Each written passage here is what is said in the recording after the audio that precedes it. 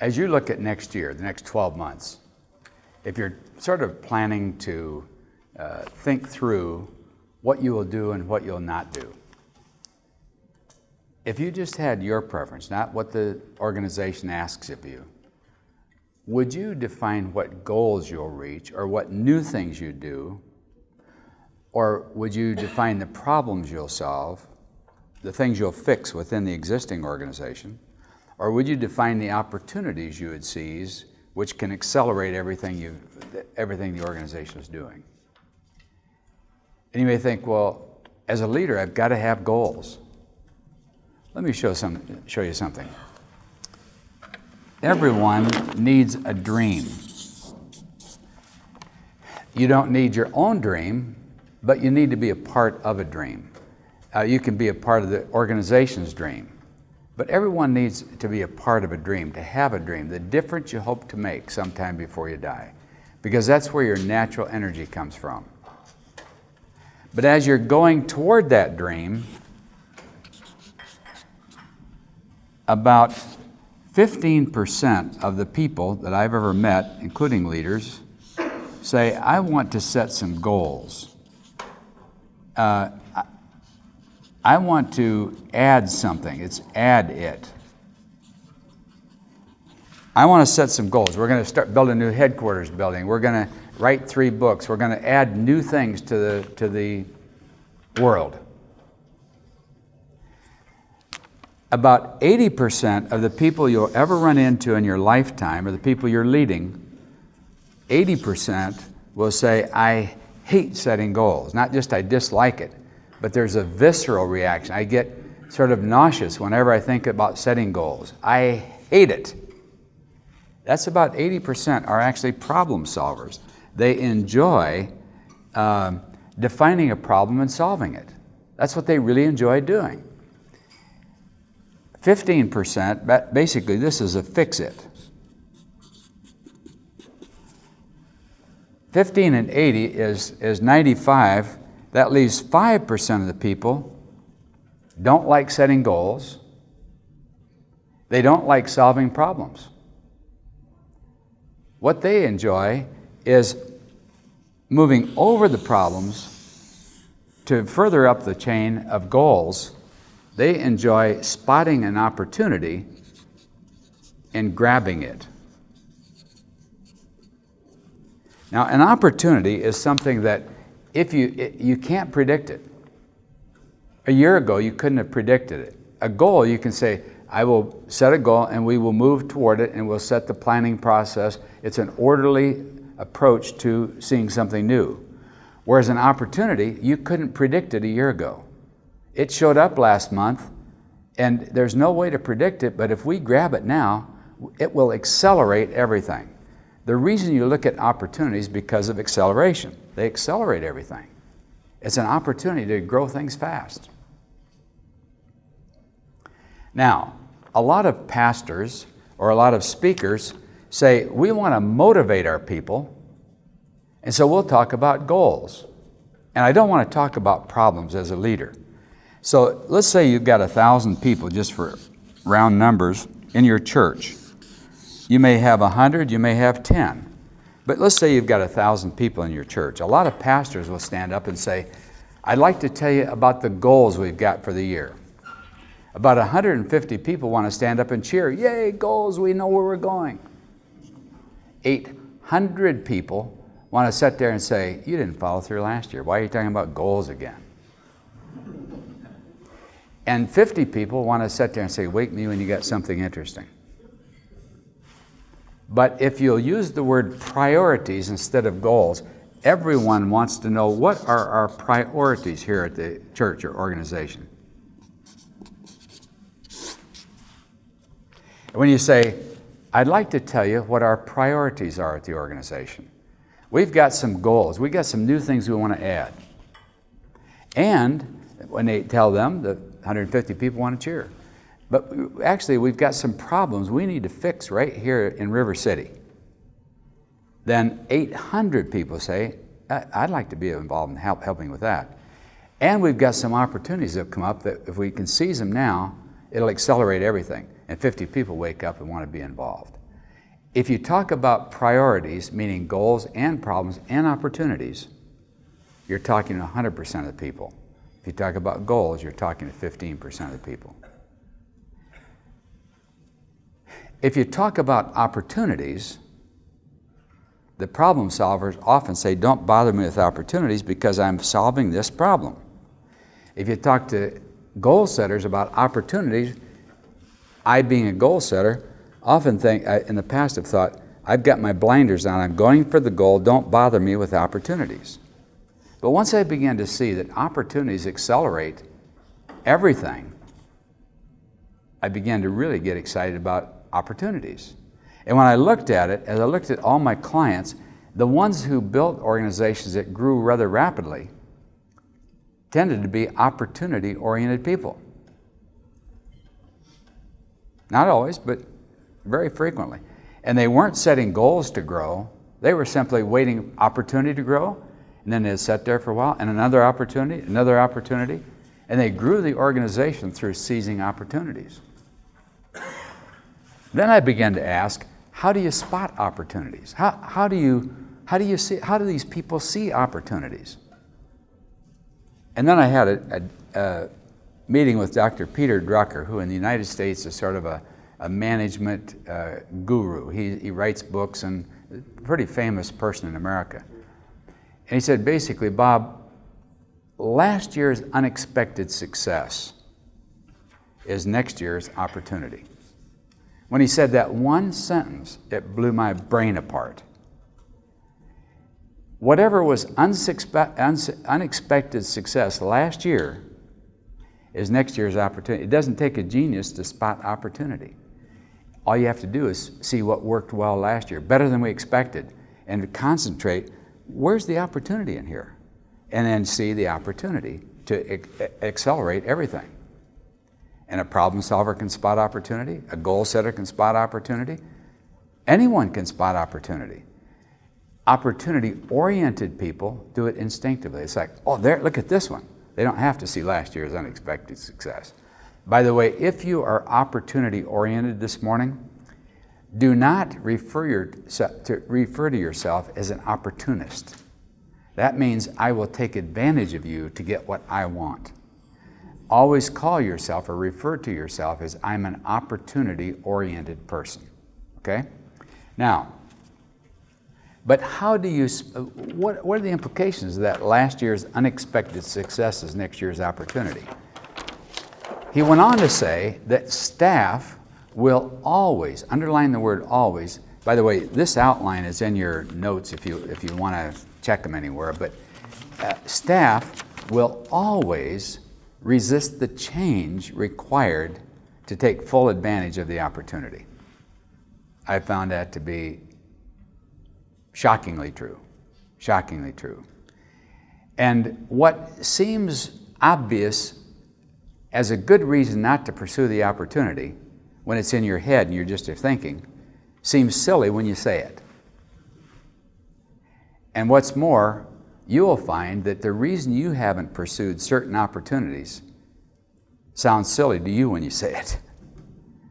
Let me give you a couple examples. I was working with a church in Michigan, and the church was along the Huron River, where it gets down to 20 below Fahrenheit and Celsius.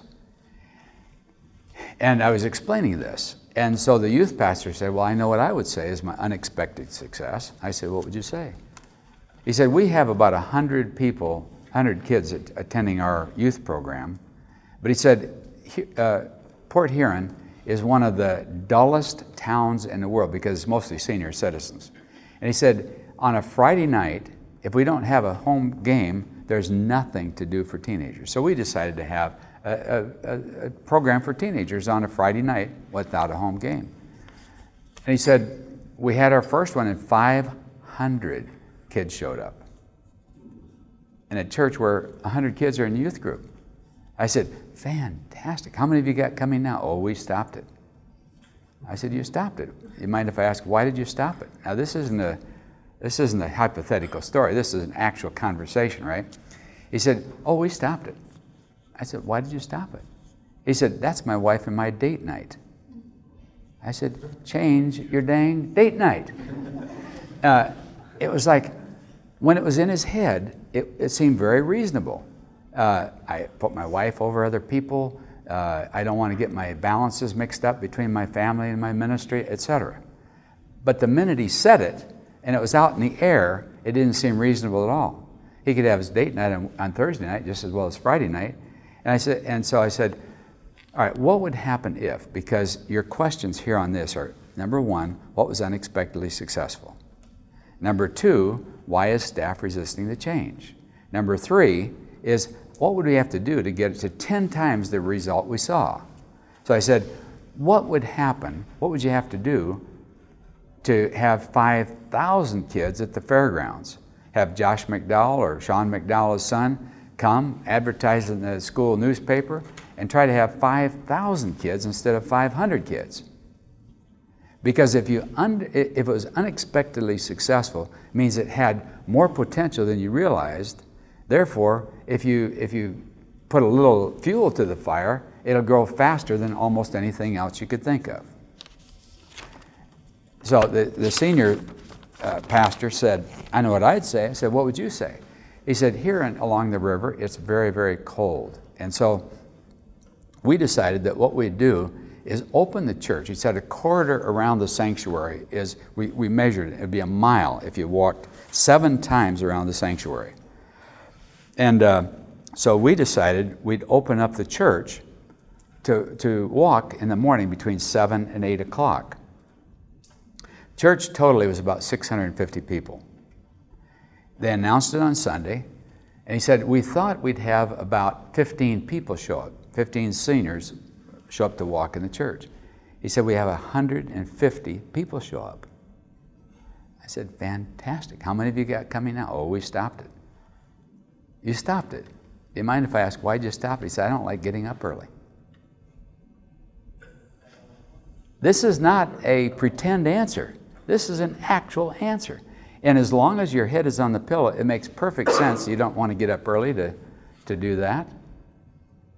I said, but what would happen if you advertised in the paper, had someone who was a part of the 150, was a school superintendent, can't sleep a wink past 4 o'clock. What if you open it up at 4 o'clock to 8 o'clock when the staff gets there, offer coffee and donuts or coffee and croissants or whatever you want to offer, and try to have 1,500 people there?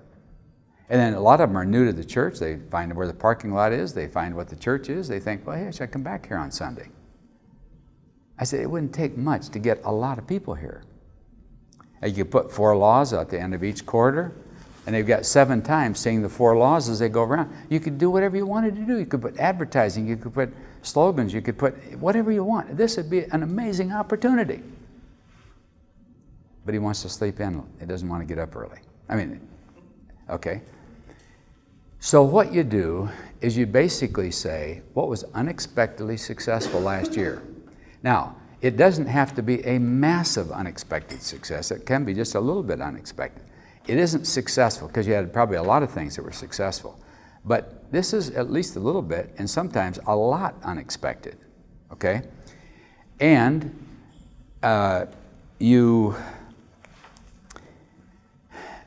frankly, you may say, well, Bob, last year we had sort of a down year. It wasn't that successful a year. It was really quite a bit off in our numbers. I say, even in that year, if you look carefully, there's probably something that was unexpectedly successful. May have been a smaller thing, but it was unexpectedly successful. So ask yourself, last year, what was unexpectedly successful? And then why is the staff resisting the change necessary to take full advantage of it? Or here comes the hard one to answer. Why are you resisting the change required to take full advantage of the opportunity?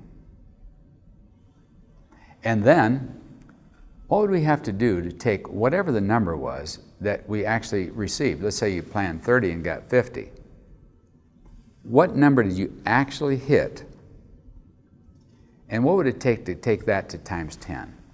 Because if it was unexpectedly successful, it means you had underestimated its potential. So if you take it to times 10 in your brainstorming session with you and your staff, or you and your whoever you want to, or just you and your spouse, or just in your own brain, it should, by all matter of logic, go to 10 times what you actually got, easier than you would have thought, because it was unexpectedly successful.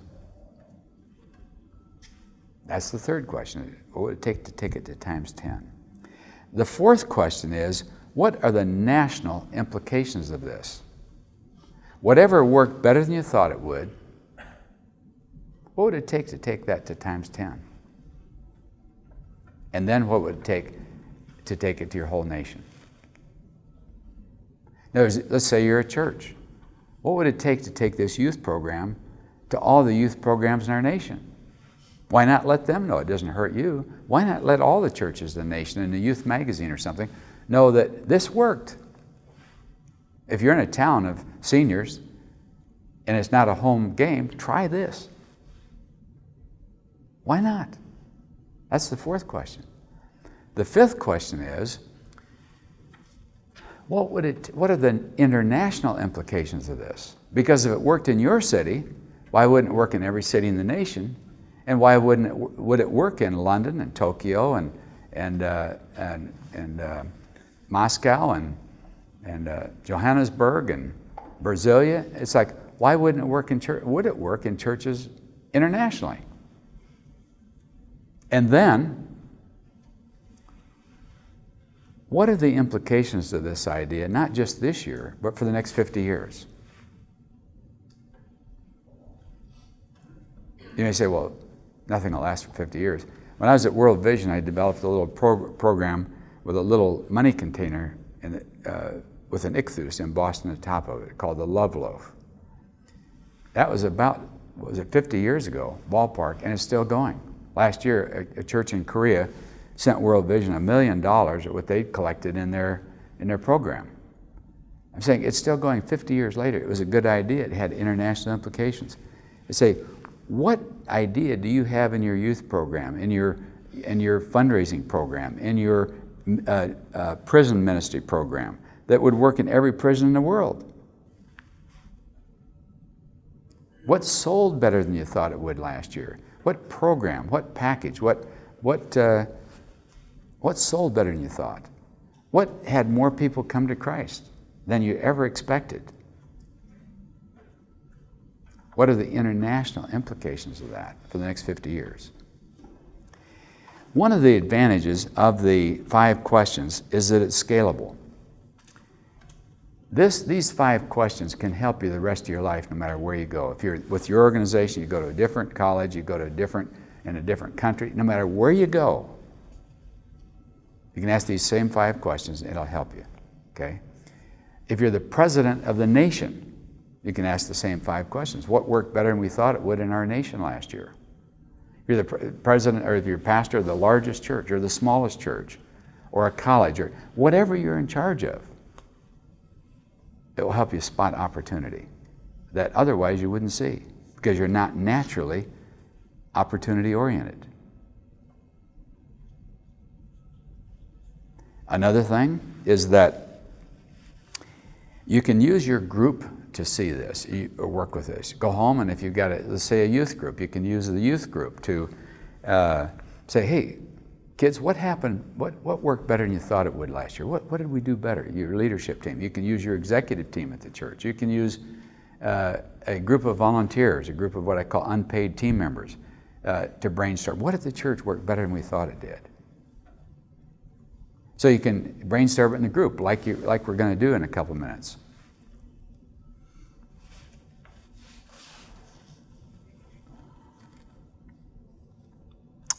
One of the tremendous benefits of it, one of the things that's shocking, surprising, is that anyone on your staff may come up with a multi-million-dollar, multi-generational, multi-soul saved kind of an idea that you would never see. They can be in the shipping department, and they can see that something is going out faster than they expected.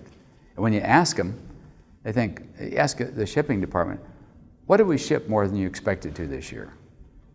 And you may be the president of the company, And you may not have been aware that this book or this tape or this something was working as well as it is. Tell you a quick story. One of my clients has a manufacturing plant, and he has a distribution center about 40 miles away, and he said, Bob, I'd like to show you how our distribution center actually works. So we were driving over, and I was explaining this just verbally. I was just explaining these 5 questions. And he was driving, but he wasn't really, you can tell when someone's paying attention when they aren't. He wasn't.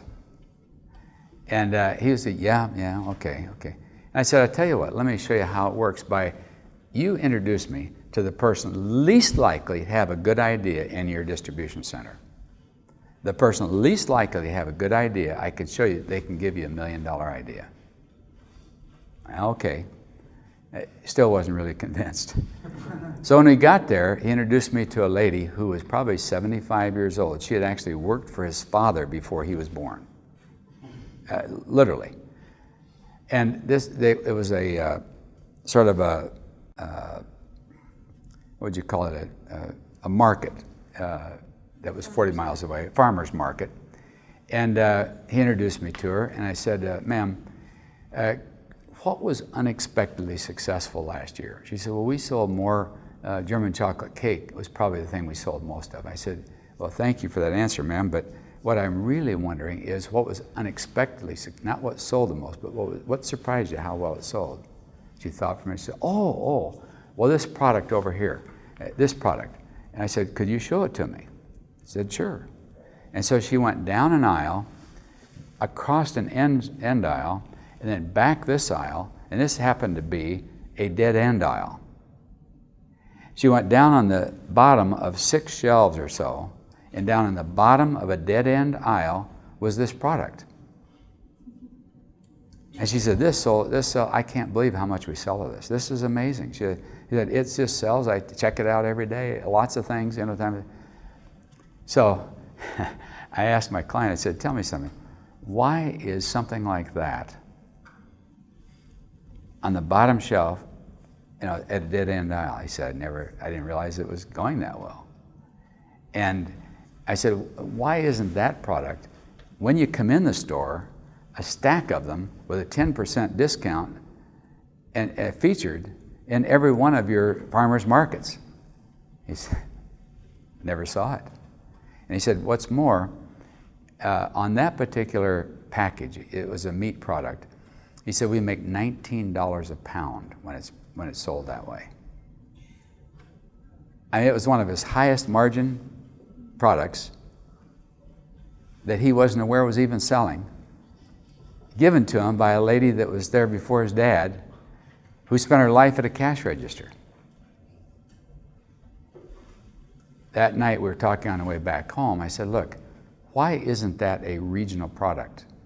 I mean, it's like every grocery store in the world would like to have that. Why don't you sell that in all the Northeast and then set it up nationally? And I said, what keeps that from being as popular in London as it is here, or in Tokyo as it is here, or it's like Brasilia as it is here? I said, this is an international idea that could make you millions of dollars. He said, I see it. Given to us by a lady that would be least expected. Now, what I would encourage you to do, if you, after your small groups and after the questions, if you see the potential of the idea and you like it, I would suggest that everyone who reports to you for the rest of your life, at least once a year, you ask them what was unexpectedly successful this year. And if the people report to you, say once a month, they report in, say once a month, that you ask them every month they report in, was there anything this month that surprised you at how well it sold, or how effectively it worked, or what the results were? Any unexpected successes is a part of your report coming in. Let me tell you why. To them, what they're reporting is something that's distracting to them. This sold unexpectedly successful, but this was unexpectedly successful, but if we pursued that, it would be, frankly, it would disrupt about everything. So I'm not recommending we develop it. I'm just saying it surprised me how well it did. To them, what they're reporting as what would be a disruption, when your eyes see it, you'll see the potential and you'll see it as an incredible opportunity. Now, not every idea that's unexpectedly successful will ultimately be a multi-million-dollar international idea, but you'll be surprised what is. You'll be surprised at the potential you see with ideas coming from people that don't want to change to take advantage of it, that you least expect to have a great idea. If you said, hey, we would like great ideas, that isn't the group you're asking for great ideas. But when you see the unexpected opportunity that they've uncovered, your brain will see the potential of it. You'll see the idea and what it could be within your organization. Now, what I'd like to have you do is take 3 minutes, like we have in the past, but take 3 minutes to answer this question. What were the unexpected successes of any kind in my organization, in my responsibility this last year? And then of those 3, what was the number 1? If I had to invest money in any one of them, where would I put my money? Where would I put our investment capital? Where would I put any extra money we've got to have that grow into its potential in our ministry, in our organization? You can't take every idea internationally. But just because you can't take every idea internationally, keep in the back of your mind, you could take some. And so basically, as you look at it, you want to ask yourself, is this an idea just for my group? Or how would I take it to times 10? How would I? How could I? And be careful you don't have an idea like, well, it's not my date night, or I don't like to get up early. Because we are all capable of resisting ideas because it represents change to us. So you basically ask, I would encourage you to stay with the question, what would it take to take it to times 10? And you may say, well, we don't want 10 times the number. I say, well, what would it take to take 10 times take 10 different settings instead of 10 times the number in one setting? But basically, with your team, brainstorm, what would it take to get the results to times 10? And don't stop too early on that question. Because you say, well, we don't want that. Well, what would it take to do it? And if we had that, what are the implications in terms of results that we could see? How many people could come to Christ if we would do that? And what would it look like if we did that? By the way, years ago, Procter & Gamble came up with their board came up with 3 decisions at a policy level that they would, number 1, spend 13% of their gross income in advertising. What would your organization be like if you spent 14% of your total income into advertising? You'd say, well, that would take our budget down too far, but what would it take your results to? And basically, this program, if you put 13% of your income into advertising, this particular program was unexpectedly successful last year, what would it be like? Well, how many people could you get? What would be the implications of it? How many students could you get to come to your school, kind of thing? What questions do you have? What questions came up in your group? And by the way, several in the group we had last session and this session, some of the things that came up were unexpected results in fundraising and things that were tried, and it was surprising what the fundraising results were. Stay on the question of times 10. What would we have to do to get 10 times the number, 10 times the results, etc.? One other thing is, there may be a one-time response. It was brought up in our group. Something may be just a one-time thing. It only happens one time in one place. But what happens if you find there's a wave, a major wave coming under it? If there's a wave in society that sort of brings it along, and your unexpected success discovers that wave early, and you can actually ride that wave for a long time. If you're trying to introduce change, it's like a paddleboard. If you're trying to be on a paddleboard going upstream, it's real hard to make progress. If you're going across a flat lake, it's hard to make progress on a paddleboard. If you're going down a slow stream, you can make progress a lot easier. But if you get on a wave, a 50-foot wave or 10-foot wave, it's like on that surfboard, you can go a long ways on a wave. I'm saying, is there a wave you're picking up underneath there that you hadn't seen before?